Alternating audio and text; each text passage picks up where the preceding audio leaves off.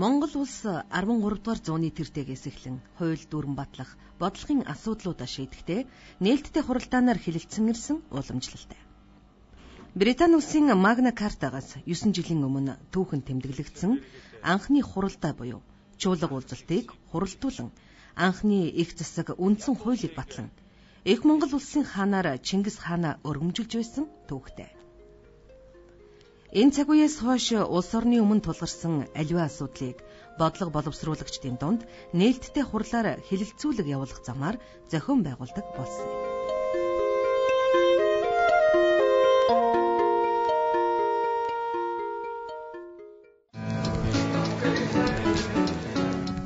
Монголын эртний энэхүү ёсыг дагаж 2010 оны 2 дугаар сарын 8-9-ний өдрүүдэд Монголын эдийн засгийн анх дугаар чуулга уулзалтыг Монгол улсын ерөнхийлөгч болон улсын хурлын дэмжлэгтэйгээр ерөнхий сайдын ивэлдор зохион байгуулахаар болсон байна.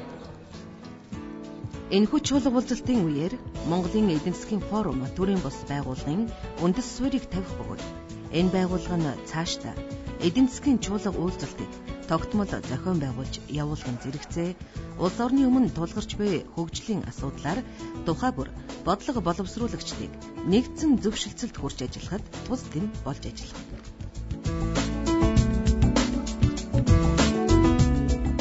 Монгол улсын ерөнхий сайд Улаанбаатар хотно 2010 оны 2 дугаар сарын 8-9-ний өдрүүдэд зохиогдох эдийн засгийн чуулга уулзалтыг зохион байгуулах захирамж гаргалаа. Монголын засгийн газар бол энэ чуулга уулзалтанд санаалагчдын нэг болж оролцсон. Монгол улсын ерөнхийлөгчийн тамгын газар, улсын их хурл, засгийн газар, за бизнесийн төлөөлөл, хувийн хэвшил бүхэлдээ гэсэн үг тийм иргэний нийгмийн төлөөлөл, эрдэмтэд, судлаачид, орон нутгийн удирдлагууд бүгдээрээ за мөн гадны зочид, хэвлэл мэдээллийнхэн та бүгдээрээ суужгаад бид бүгдээрээ ярил буруугүй гэж улс орны өмнө тулгамдсан өнөөгийн тулгамдсан асуудал, ирээдүйн асуудлууд энэ бүгдээсээ сонгож аваад бид эдгээр асуудлуудыг шийдвэрлэхэд ямар одоо ойлголт нийгэмд бий байна вэ? Тийм ээ бүх сайн хэлсэн бүх давхаргуудад. Тэгэд аль болохоор дотооддоо ойлголтыг нэгдмэл ойлголттой болох. Ер нь бид хамтдаа ярилцаж нийтэд нийгэмд тулгараад байгаа том асуудлуудыг шийдвэрлэхэд бодлого зохиогчид, шийдвэр гаргагчдад нэг тодорхой хэмжээний одоо хэлэлцүүлгийг тэднэрийгээ оролцуулаад төлөвлөлөг өрнүүлэх тэр хүмүүс маань одоо тухай бүр шийдвэрээ гаргахдаа одоо олон нийт маань, хувийн хвшил маань, иргэний нийгэм маань ийм юм энэ форумаар ярьж ирсэн юм шиг байд одоо бас эргээд харах тийм боломжоор хангах хөрсийг нь бэлдэж өгөх зорилготой. Энэхүү чуулга уулзалтыг өгтөн зохион байгуулалт, хэлэлцэх асуудлууд хэлбэрийн талаар санаачлагч болоод бизнесийн төлөөлөлтөд чөлөөтэй санал солилцох уулзалт 1-р сарын 13-ны өдөр зохион байгуулагдлаа.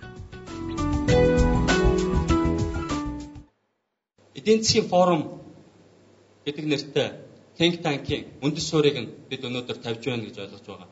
Бид бол өрсөлдөх чадвараа тодорхойлох энэ нээлттэй хэлэлцүүлгүүдийг явуулдаг бол судалгаа шинжилгээ явуулдаг болох энэ талаар ажлуудыг зохион байгуулнаа. 500 оролцогчоо бид тоогоо хязгаарласан байна. Та бүхнийг өнөөдрөөс эхлээд бүртгүүлээрэй гэж уриалмаар байна. Эрэлт бол маш их байна. Шинэлэг уламжлалт хэв маягийг нэвтрүүлье. Хурал бол нэг гол үндсэн ихтгэл тавиад хүмүүс алга ташаад тэгээд 1-2 санал хэлээд нуршсан саналуудыг, давтсан саналуудыг хэлээд тардаг биш. Бүгд жигд оролцоотой бай гэдэг санааг төвшүүлж байна. Жигд оролцоотой бай гэдэг маань би одоо ярихад зогсоогоод та бүхэн 1 минут 30 секундэд өөрсдийнхөө асуулт болон ярих юмаа багтаагаад ярилцсан. Энд бол бид нар нэг талд нь ингээд төр засгийн төлөөлөл маань суудсан юм шиг харагдаж байгаа боловч бид нар яг нэг огццол дээр сууж байгаа шүү. Тэгэхээр хүн бүхэнд ярих бололцоог нь олгохын тулд 30-аас 1 минут 30 секундын дотор саналаа товч тодорхой чимэг өгөхгүйгээр илэрхийлэхийг хүсье.